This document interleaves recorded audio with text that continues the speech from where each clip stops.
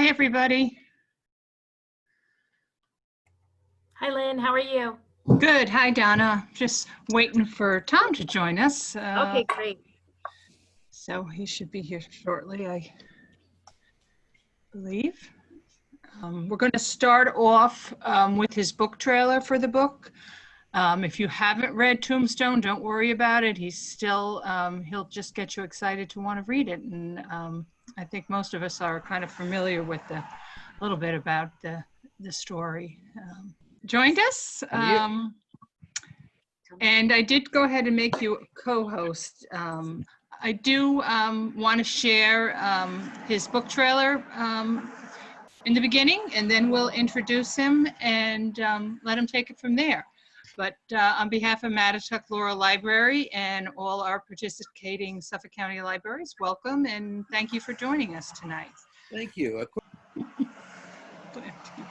I want to make it full screen. There you go. Selling stolen cattle to corrupt ranchers. That October, tensions boiled over. On the one hand, there was Ike and Billy Clavin, Tom and Frank McLaurin. On the other stood Marshal Virgil Earp, his brothers Wyatt and Morgan. See if you can get it on that phone. Next, Can I leave it there? Unless you wanna. frontier turned and rode off into America from a place called Tombstone.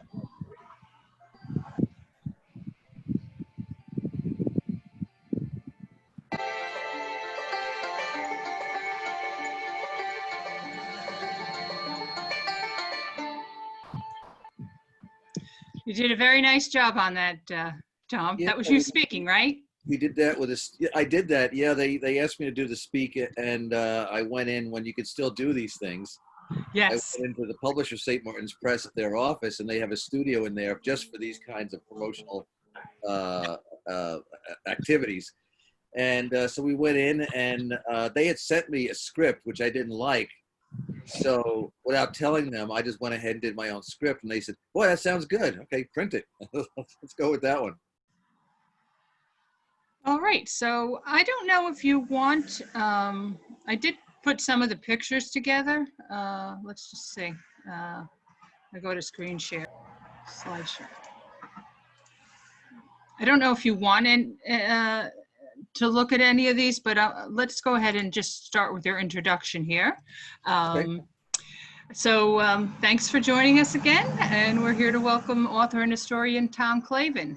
He's the author and co-author of more than 16 books, and he's a New York Times best-selling author and has worked as a newspaper and website editor, magazine writer, TV and radio commentator, and reporter for the New York Times.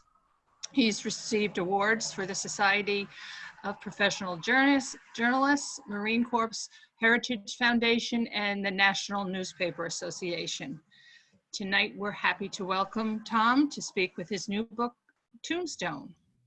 And we'll go ahead and let him take it away. I can pin you on the top of the screen. I feel like a moth. Butterfly. Well, I thought I could, but there's not that many people where we can't find you in your I won't go anywhere. in your red shirt. So I'll Yep. let you take it away. And as I said, if anybody has a question, if you want to open up your chat, I will jump in and share your question. Is that okay with you, Tom? Take it away. I'm going to anticipate a question because I found when I've done a couple of these Zoom presentations, and unfortunately, this is what we have to resort to because I haven't had a chance to, get out there and actually meet people personally, which I really enjoy doing. But oftentimes the question is, why a book on Tombstone? And they sort of, the implication is, or they just come out and say it and said, there have been portrayals of the gunfight at the OK Corral before, and so that's there's a dozen reasons. Now I'm not going to bore everybody with a dozen reasons, but I wanted to offer just a small handful. One reason was a very practical one. and that is sort of inadvertently, I ended up doing a Frontier Lawman trilogy. That's what we call it, the Frontier Lawman trilogy. Never set out to do that. What happened was that in 2017, February 2017, Dodge City, which was supposed to be just that one story, was published. And in fact, I already been in contract to do a totally different kind of book and was working on that. And then it came out, and this first week that it came out, it was on the New York Times bestseller list. And it was on for the week after that, and it was on for the week after that. And, you know, my editor and the people at St. Martin's Press, my publisher, were getting very excited about how it was selling. And I came back from a book tour to promote Dodge City, and went to lunch with my editor and my agent and a couple other people.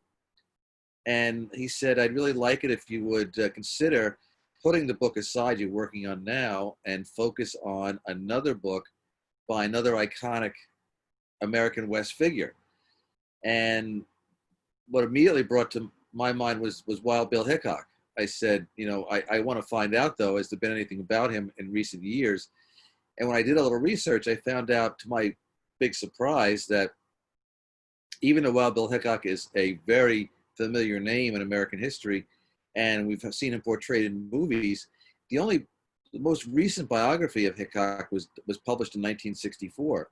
And we know more about Hickok since then, more research, more things have come to light. So that turned into the book Wild Bill. And that book sold well. And then my editor and my agent said, you know what, you know, we really have to complete this trilogy. You know, we're this Frontier Lawman trilogy, because we have Wild Bill Hickok as the post-Civil War lone gunman type of lawman who basically imposed law and order with his pistols.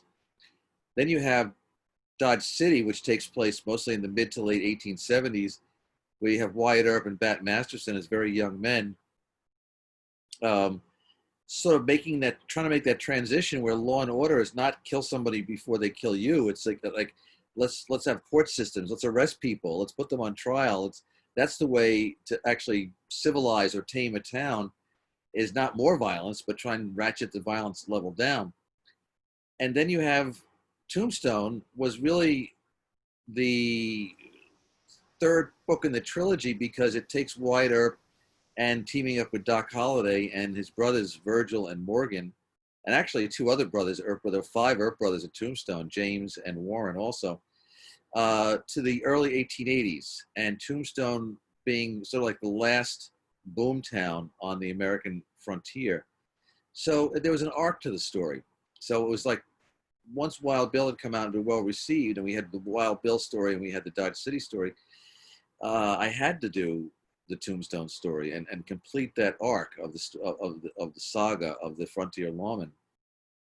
Another reason why I wanted to do the book is that we think we know the story of the OK Corral. You know, for example, people say, well, there was the movie by John Ford, considered one of his classic westerns, My Darling Clementine. That tells the story of the OK Corral. It's a very, very good movie, but it's mostly made up. So you can't go by that. Even the movie that's titled Gunfight at the OK Corral, with Burt Lancaster and Kirk Douglas as Wyatt Earp and Doc Holliday, you have this movie ends with the OK Corral shootout, which goes on for like 10 or 15 minutes, which is completely far, you know, on the other side of the planet from what really happened that day. And plus you had the kind of unusual situation where Doc Holliday, who was suffering from consumption and was not a very well man, in that movie he's played by Spartacus. You know, I mean, you can't get somebody who's more fit than Kirk Douglas. So let's try and get real here. The real characters, what they were really like. And so I wanted to tell the true story, what really happened at the gunfight at the OK Corral. Another reason is that in books, most books, and certainly in movies, the story ends with the gunfight at the OK Corral.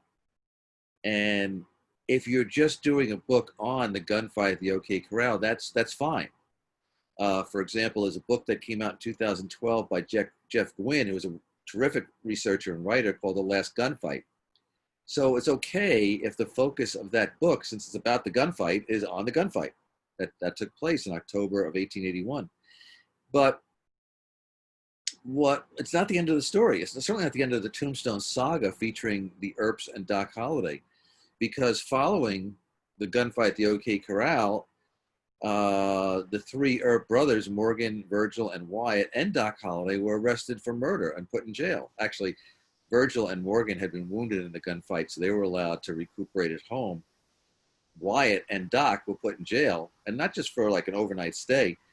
Their trial lasted the entire month of November 1881. And then when that trial was over and they were acquitted, which is interesting in itself, because if they had been found guilty of murder, they could have gone to prison for the rest of their lives or been hung, and that would have been the end of the Wyatt Earp story right there. There were subsequent ambushes of Virgil and Morgan Earp, and finally Wyatt got fed up, and he and Doc and Warren Earp and 3 or 4 of their supporters, let's put it that way, formed their own posse. It was kind of like a vigilante posse. I mean, Wyatt sort of had the designation of deputy U.S. Marshal, but it was quasi-legal. And so you have the whole, what's called the vendetta ride from hell, which is that Wyatt Earp and Doc and his brother Warren and these men took off. They left Tombstone to track down the guys who had shot his brothers. And so that's a very exciting part of the story. And that's when that vendetta ride is over, that's when the story comes to an end, because from that point on, Wyatt lives a very different life. And Doc doesn't have too much longer to live. So their glory days, so to speak, come to an end at the end of the vendetta ride. So that's another reason I wanted to do it. I'll mention one more, and that is, and that's why it's called Tombstone. I mean, there's any number of titles this book could have had, but I called it Tombstone because I really wanted to explore Tombstone, Arizona in the early 1880s and what it represented at that place and time, and today, really, in American history, in the history of the American frontier. It was really the end of the American frontier. You couldn't, ever since Daniel Boone crossed the Appalachians, in the 1760s, the Cumberland Gap, the migration of European people of European descent kept moving westward to the Missouri River, to the Mississippi River, to the Missouri River, to the Rocky Mountains, across Kansas, across Nebraska, across Colorado, across Texas, across New Mexico. Arizona, there was no place farther west to go after Arizona. If you go west of Arizona, you're in California, and that was already well settled by the 1880, let's say. So Arizona, and Tombstone in particular, because of its somewhat lawless nature, represented the last gasp of the Wild West. And the gunfight at the OK Corral was the last gasp of that last gasp in a lot of ways. Never again would you have, duelists, you could call them, or men squaring off against each other, facing each other and getting into this gun battle. There was, I'm not saying there wasn't any more gun violence. You had, stagecoach robberies, you had bank robberies. You still had some of that going on into the 20th century. But that gunfight was really that last gasp, and Tombstone was that last boom town. It was only a few years after the gunfight at the OK Corral and after the vendetta ride in 1882 that even the federal government said that the frontier is closed. I mean, they actually did. It's in the book, a statement from, I think it was the head of the Department of the Interior. The frontier, there is no more frontier. I'm not saying that obviously not every square foot in America was settled. That's not even true today. But that whole, not only practical aspect of it, but philosophical aspect of it, that there was always going to be more frontier to explore, ended really in Tombstone and in Arizona in the 1880s, because there was no place. I mean, we would subsequently explore, Alaska became a territory and later became a state. There's remote places of Alaska that's still to be explored, certainly. But as far as the continental United States was concerned, Tombstone was it. So, and if I could just squeeze in one more reason, I really wanted to put a lot of the focus on the book and the relationship of the Earp brothers. As I mentioned, there were 6 Earp brothers altogether. Nicholas Earp sired 10 children, 4 daughters, 6 sons, and 5 of them were together in Tombstone. And it was the first time since really that they were children, teenagers and children, that you had that many Earp brothers living under the same, not in the same roof, but living in the same town, let's put it that way. And they really saw Tombstone as a place to start over. For Morgan Earp, who had been sort of self-exile in Montana, he said, I want to get back together with my brothers. For Virgil Earp, it was a chance to get his younger brothers together and be with them. For Wyatt Earp, it was an opportunity after Dodge City good reputation as a lawman to become a businessman. That was also true of Warren Earp and James, who's so I think that exploring the relationship of those brothers was really an important motivation for me. Because they didn't have each other's back. Tombstone was going to be their new opportunity, their fresh start. They're going to not be lawmen, but be businessmen and be somewhat successful. And their wives would be with them. And in Wyatt's case, it turned out to be wives number 3 and number 4 at the same time. So you had this idealistic view of Tombstone representing a new American opportunity for the Earps, and it went sour because there was still too much Wild West and not enough New West in Tombstone, and they found themselves becoming reluctantly the representatives of law and order in Tombstone. That's not what they wanted to do. That's not what they came to Tombstone for. And when all was said and done, you had one of the brothers was maimed for life. Another one had been shot to death. And you had Wyatt going on this vendetta ride. It was never the same after that. Wyatt Earp has sometimes been portrayed as one of the West's most famous gunfighters. He was not a gunfighter. He was a lawman, and a very good one, but not because he killed people. But on this vendetta ride, after 2 of his brothers had been shot, he became a killer. He became a gunfighter. And it sickened him and what he had done. And so from that point, he never quite was able to brush that off. And his life from that point on, when the vendetta ride was over, was very, very different from what his life had been for the first 35 years. So, so I have to admit that I started working on Tombstone with some trepidation, saying, is the true story, is this collection of factual information going to be not as interesting as the legends, as the fabrications, as the fictions, as the embellishments?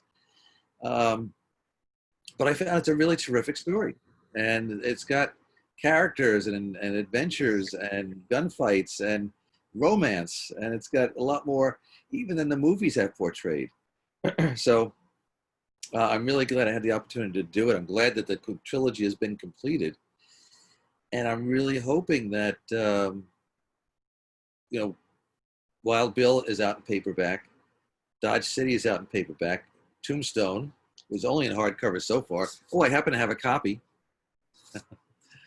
Tombstone is in hardcover now, but that'll be out in paperback probably in the spring of next year. And I'm hoping by then we'll all have the all clear, and I could go back on the road and be talking about the entire Frontier trilogy, and with Tombstone, becoming a paperback edition also. And I think it would be a lot of fun, and because I'm also talking about characters that people think they know. From movie portrayals. I mean, there's the film Tombstone itself. Many people are probably familiar with that. I really like that movie. It also has some embellishments and fabrications, but a thing I like that most about that movie is it's so well cast. I think Kurt Russell, very close resemblance to the real Wyatt Earp. Sam Elliott as Virgil Earp, very close to that kind of Virgil Earp kind of gravitas that he had. Excuse me. And then you had a young Bill Pullman as Morgan Earp. Dana Delaney played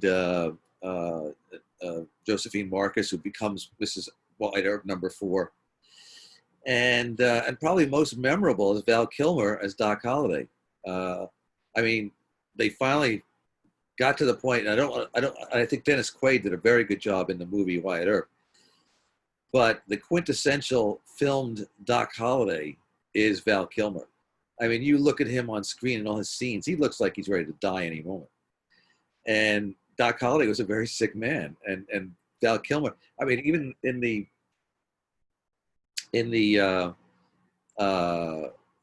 movie My Darling Clementine, it's the same thing. You have Doc Holliday played by Victor Mature. I mean, Victor Mature was Samson and Delilah. He was like the uber Spartacus, and then you have him portraying Doc Holliday. So I would certainly recommend, if somebody's going to watch a movie about the gunfight at the OK Corral, which again, that's pretty much ends the movie. There is a little bit of the vendetta right afterwards. I would recommend that one because I think it's so well cast. You get a really good sense of the Earp brothers and their camaraderie and their close bond, and also the interaction, because they're a circle because they have their wives with them. Well, except Warren was not married at the time, and it became the Earps against the world eventually, and a lonely, frustrating experience that was. But that's really what the Earps had to deal with, much against anything they had intended to happen. So there seemed to be a number. There's more reasons than that, but I don't want to go into other ones. That I embarked on the book. I did find, thankfully, a lot of good stuff to put in there. I did find a lot of going back to a lot of original information, meaning I was very lucky that in Tombstone at that time there were not one but two newspapers, the Tombstone Nugget and the Tombstone Epitaph. So you had these points of view of reporting going on as things were happening. I could make use of diaries that were kept. There's also one of my favorite characters in the book is a woman named Clara Brown. And Tombstone was really the start of her journalism career. And she ended up becoming this pioneering female journalist in America, founding a number of journalist societies and especially supportive of women and writers and journalists. Nobody knew who the heck she was when she was in Tombstone, but Tombstone was the beginning of her reporting career. And to go back and read her dispatches, very, very almost poetic, but also very accurate, very smart. And, I think that being able to make use of other perspectives like that really helped me, I think, make the book more interesting than even I anticipated it was going to be. So, questions, please. I hope there's a couple out there. Good, everybody. Any questions out there? If maybe we'll share a couple pictures and just so people can get a visual of. Yeah, get me out of there. Put a picture in front of me. So are we seeing some pictures? Yes, I can see those pages. Oh, okay. Yeah, I mean, you can see in the lower left corner, at least from my perspective, is Virgil Earp, and he and Wyatt very close resemblance to each other. Even Virgil's wife Allie, who's a very spunky, fascinating character. She said they were like peas in a pod. She couldn't even tell, often couldn't tell her husband apart from his brother Wyatt, and they were very, very close. When they were young men, it was Virgil, the older brother, when he came back from fighting in the Civil War, who took a teenage Wyatt under his, in his care, basically, and said, let's go out west and find adventure. And so a lot of what Wyatt learned about living, about guns, about fighting and survival in the West, because his brother Virgil taught him. On the right, the couple that's there, that's Nicholas Earp, and obviously with the white beard, and his wife there is Virginia Earp, who is his second wife. Nicholas was married fairly young to his first wife, and they had his first two children. And then she passed away, unfortunately, at a rather young age, which sadly is not that unusual in the Western America at that time. And so Nicholas remarried Virginia, who gave birth to the next 8 Earps, including Virgil, Wyatt, and Morgan. And then we have, There's Wyatt. yeah. That's Wyatt in the upper left-hand corner. And Morgan is underneath Wyatt. Morgan and Wyatt are also very close because Morgan, they were very different. Wyatt was very reserved and kind of a cool, kept his temper, was a patient person. And Morgan was like the happy-go-lucky younger brother. He was the one more likely to be practical joking and things like that. So Wyatt always felt that he had to be kind of protective of Morgan. He was always worried about Morgan getting himself into trouble. And sadly, as the scene is in the book, which is rather dramatic, Wyatt and Morgan are out on a Saturday night, which is the night before Wyatt's 34th birthday, shooting pool at the local pool parlor in Tombstone, where suddenly some gunfire comes from behind, shoots Morgan in the back, and he dies right on the pool table. And that was like the turning point for Wyatt. He seeing his brother die right in front of him like that was when he turned into a gunfighter. And we have Bat Masterson, my old friend, in the lower right there. Doc Holliday in the upper right, Bat Masterson in the lower right. One of the things that most people don't know, which is never portrayed, I should say almost never portrayed in books and especially in movies, is that Bat Masterson was in Tombstone in 1881. That's the one you're drawing on now is Morgan, and then across from him is Bat. What happened was that Bat had stayed mostly in the Dodge City area after Wyatt left. And when Wyatt was in Tombstone in the spring of 1881, and the tensions were getting very high between the local law and the cowboys and the corrupt ranchers, and Wyatt was trying to operate a casino, and there was impending violence. And yes, he had his brothers in town, but he needed a steady, experienced gun, which Bat had proven to be when they served as lawmen together in Dodge City. So Wyatt sent out an SOS, basically, Bat, I need you. And Bat immediately went to Tombstone because they were, dear friends. And Bat signed on as like Wyatt's right-hand guy at this casino and could carry a gun. And that sort of cooled things down because nobody, based on the reputation of Dodge City, wanted to take on Wyatt and Bat working together. But then what happened was, and so Bat Masterson would have been part, I think it's sensible to say, would have been part of the gunfight at the OK Corral if he had still been in Tombstone in October.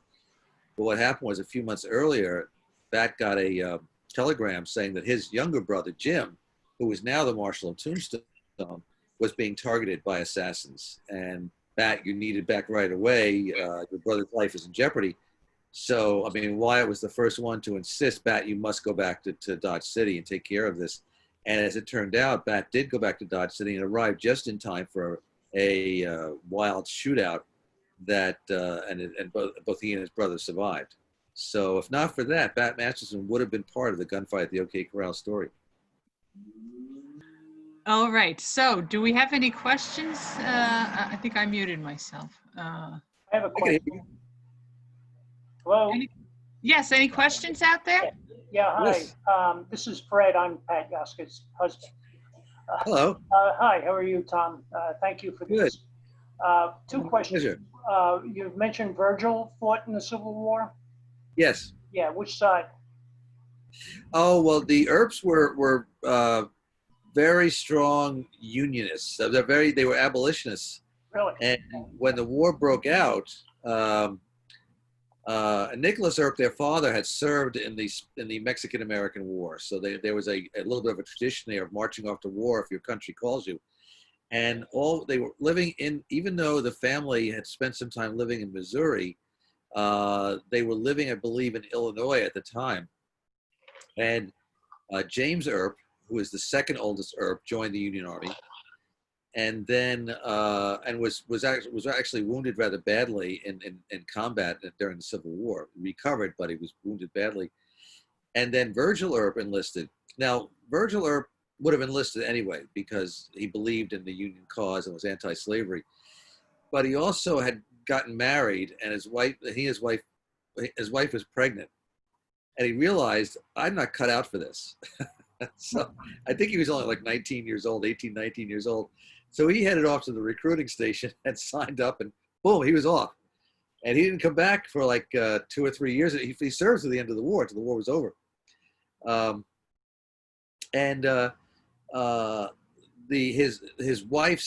His young wife's father had never approved of the match. Had not liked Virgil. Did not want his daughter to get married so young, and to get married to an Earp, who were not considered high society by any means.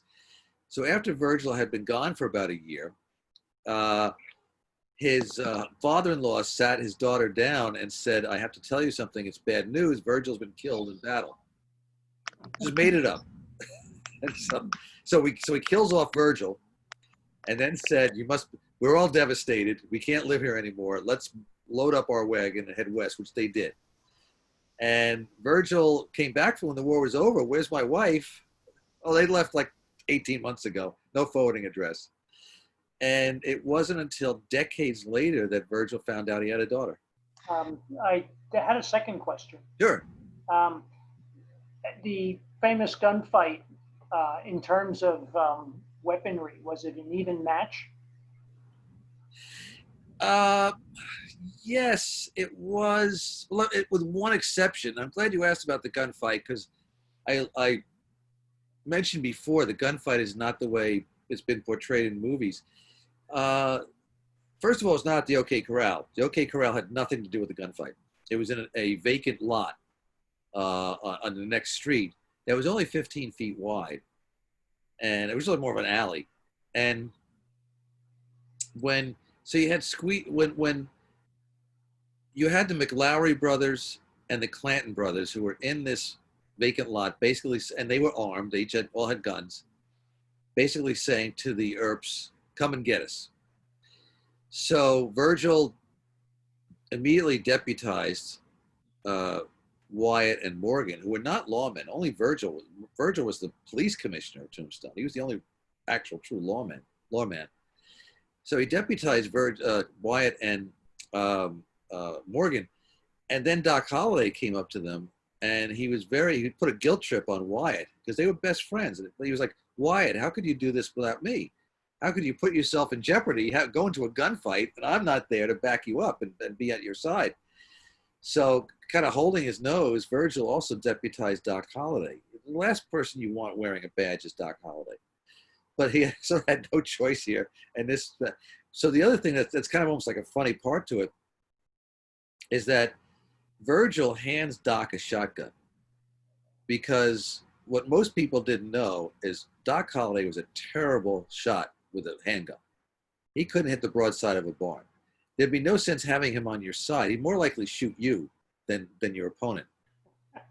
So Virgil says, "Hold on," gives him the shotgun, said, "Use this," because it's hard not to hit something in a shotgun if you're in close quarters. So when they did get to the vacant lot, and when the gunfight begins, and by the way, it was 30 shots in 30 seconds. It was not this long drawn-out gun battle with people hiding behind water barrels and horses and stuff. It was a very intense firefight that lasted only 30 seconds. Everybody who was in that lot had guns. The only reason why I'm saying maybe the Earps were a little better armed was because Doc had the shotgun. That was bringing a big gun into the fight. None of the other participants had a shotgun. So, but otherwise, it was initially, when the fight began, evenly matched. It was 4 against 4. Thank you very much. Thank you. Any more questions out there? Or are we ready to get into our AC and start reading? Yeah, if there are no other questions, I'm glad you had me on. And if people want to buy the book, I know there's been more and more of a dependence on Amazon in the last few months because of the lack of bookstores. I'm kind of hoping that Burton's Books in Greenport is back open. Yes, they are. And we did let them know about this event.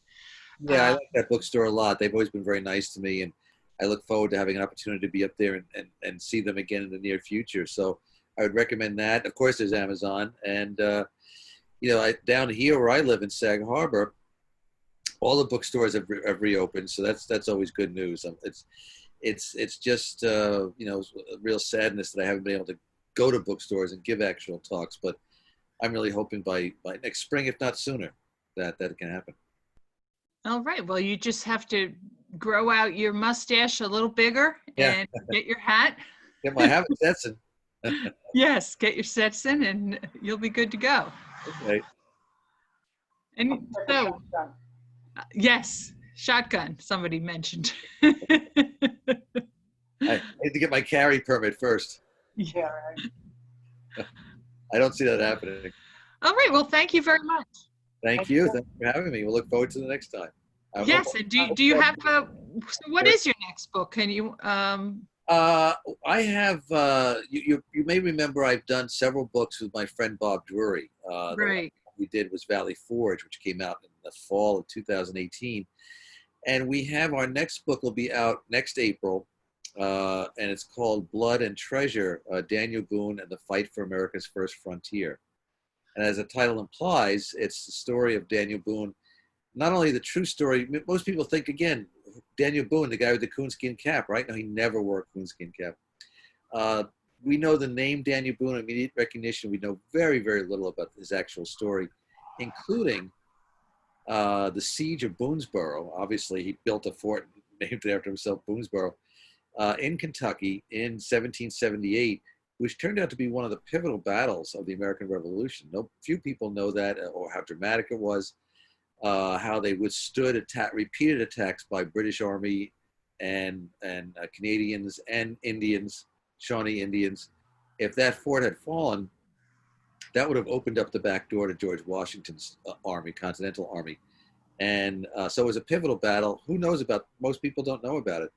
So it's really the story of Daniel Boone and how important he actually was to American history. More than just the name Daniel Boone, more than just Fess Parker on the old television show. He was a very important and exciting and interesting character, and that's what the book's about.